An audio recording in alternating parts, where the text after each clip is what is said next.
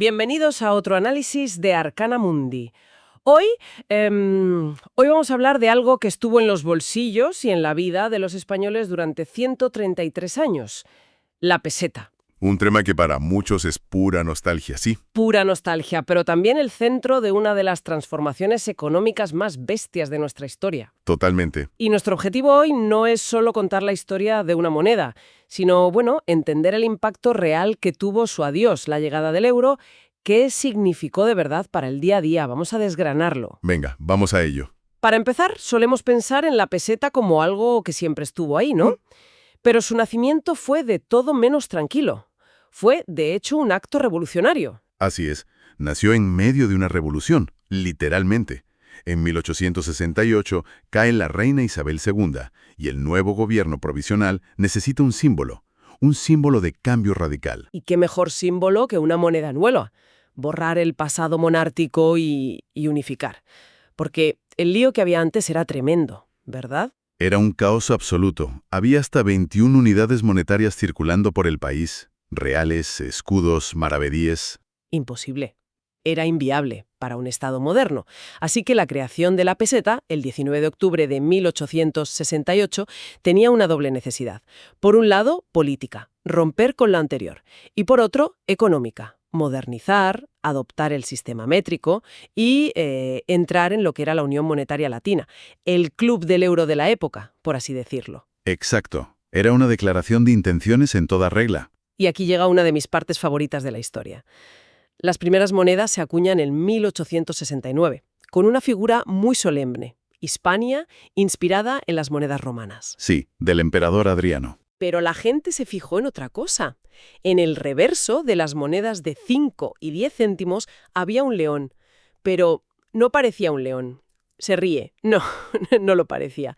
El grabado, vamos a decir que era mejorable. Y la sabiduría popular enseguida lo vio claro. Eso no era un león, era un perro. Y de ahí nacieron los apodos que duraron más de un siglo. La perra chica, para los 5 céntimos. Y la perra gorda para la de 10. Una anécdota genial que demuestra cómo el pueblo hizo suya la moneda desde el minuto 1. El Estado propone, pero la calle dispone.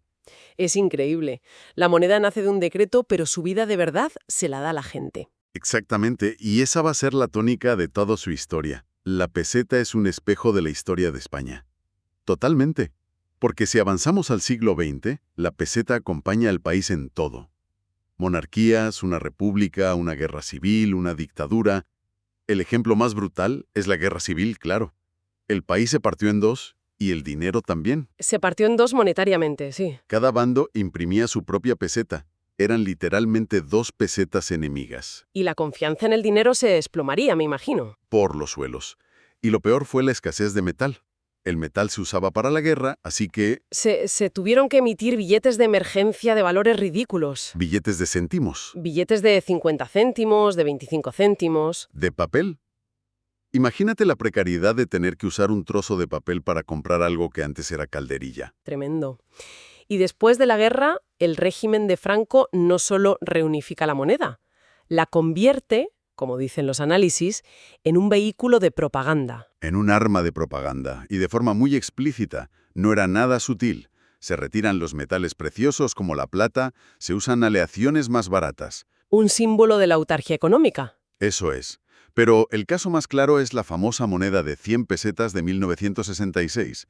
Llevaba grabada la cara de Franco y al lado ponía «Caudillo de España por la G de Dios». O sea, la ideología del régimen acuñada en metal. Circulando de mano en mano cada día. Era un recordatorio constante del poder en cada pequeña transacción, la propaganda más cotidiana que te puedas imaginar. La que te daba el panadero. Y luego, claro, llega la democracia y todo vuelve a cambiar. Vuelve el rey a las monedas, se quitan los símbolos franquistas, pero aparece otro problema. Aparece un enemigo nuevo. La inflación galopante de los años 70 y 80. ¿Y eso cómo cambió el dinero que llevábamos en la cartera? Pues lo cambió todo. El valor de la peseta caía en picado. El billete de 1000 pesetas, el talego, que había sido el billete más grande durante mucho tiempo, ya no daba para nada. ¿Se quedaba corto? Muy corto. Y eso obliga a crear billetes nuevos, que para mi generación son icónicos, el de 5.000 pesetas en el 76, El de Carlos III. ese, y el de 10.000 pesetas en 1985, con el rey y el príncipe.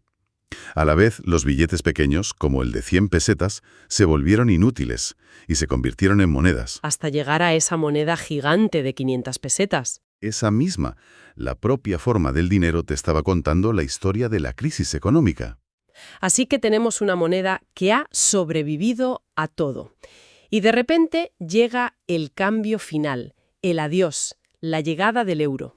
El momento clave. Y la promesa oficial era que el cambio sería neutral, que no subirían los precios. Pero, la percepción en la calle fue radicalmente distinta. Mucha gente sintió que de la noche a la mañana su poder adquisitivo se había evaporado. Aquí es donde choca la macroeconomía con la economía del bar de la esquina. Totalmente, porque las cifras oficiales, las del Banco de España, decían que el euro apenas había afectado a la inflación, unas décimas. Decían que solo añadió entre 0,2 y 0,4 puntos a la inflación de 2002. En teoría casi nada. Pero lo que pasó en la realidad fue un fenómeno masivo de redondeo al alza. La famosa inflación oculta. Y aquí los ejemplos son demoledores. Pensemos en el café, el ejemplo que todo el mundo vivió. El café es el ejemplo perfecto. Un café costaba, pongamos, 100 pesetas. Su equivalencia exacta era 60 céntimos de euro. Pero claro, ¿quién pone un café a 60 céntimos? Nadie. Era engorroso.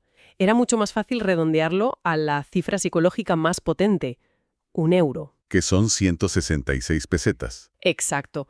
De la noche a la mañana, ese café había subido más de un 60%. Una barbaridad. Y no fue solo el café. Pasó con el periódico, que de 150 pesetas, que eran 90 céntimos, pasó a costar 1 euro. O las famosísimas tiendas de todo a 100. Claro, se convirtieron en tiendas de todo a 1 euro. Un 66% más caro. Así, de repente. Fue un golpe directo y generalizado al bolsillo, sobre todo en las cosas pequeñas, en las de consumo diario. Y eso generó una desconfianza brutal. Me lo imagino. Las encuestas de la época son clarísimas. Más del 80% de los españoles creía que los precios habían subido muchísimo con el euro, contradiciendo los datos oficiales. Y la gente seguía pensando en pesetas, ¿no? Para entender cuánto costaban las cosas, de verdad. Totalmente. Un año después del cambio, en 2003, un 25% de la población, 1 de cada 4, admitía que seguía usando la calculadora para convertir los precios. La peseta, aunque ya no existía, seguía siendo la referencia mental, era el ancla. Un ancla mental que va más allá de los precios, porque la peseta dejó una huella cultural en el lenguaje que sigue ahí. Todos crecimos con sus apodos. Y usándolos. La moneda de 5 pesetas era el duro. Estar sin un duro. El billete de 1.000, un talego. Y mi favorito, el billete marrón de 5.000 pesetas. ¿Qué era? El boniato, por el color.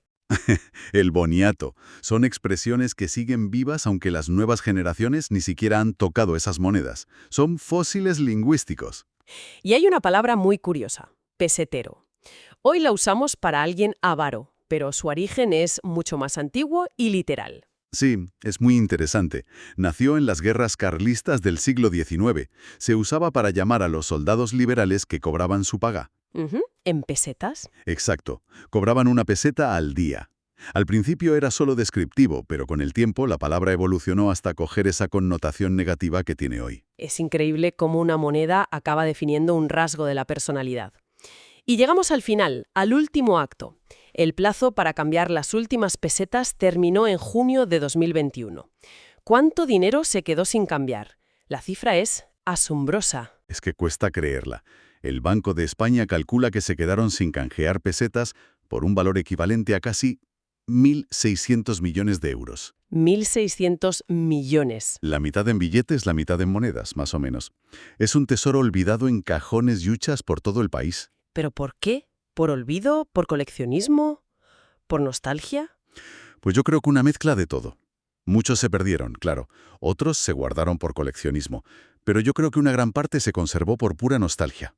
Como un recuerdo. Un recuerdo de los abuelos, de la primera paga. Eso es. Esas pesetas en un cajón demuestran el vínculo emocional que llegamos a tener con nuestro dinero, hasta el punto de preferir el recuerdo a su valor económico. Entonces, después de este repaso, queda claro que la historia de la peseta es la crónica de un país. Nos enseña que el dinero es mucho más que un medio de pago, ¿no? Es identidad, es cultura. Sin duda. Y el cambio al euro nos deja una reflexión final muy potente. Es innegable que trajo ventajas a largo plazo. Estabilidad, tipos de interés bajos, cosas que permitieron el boom inmobiliario, por ejemplo. Exacto. Pero el precio fue perder soberanía monetaria, perder la capacidad de devaluar tu moneda para ser más competitivo, una herramienta que se echa de menos en cada crisis. El eterno dilema entre la integración global y la identidad nacional. Ese es el dilema. La peseta nos muestra qué precio estamos dispuestos a pagar por pertenecer a proyectos más grandes. Lo que nos deja una pregunta final para reflexionar. Si una moneda es una especie de memoria colectiva, un álbum de recortes de la historia que pasa de mano en mano, ¿qué recuerdos decidimos archivar o incluso borrar cuando adoptamos el euro? Y sobre todo, ¿estamos pagando todavía un precio cultural por ese cambio? Un precio que no se mide en los mercados. Una pregunta muy pertinente, desde luego. Sugiere un tema en comentarios y no olvidéis suscribiros para más actualizaciones sobre este y otros temas.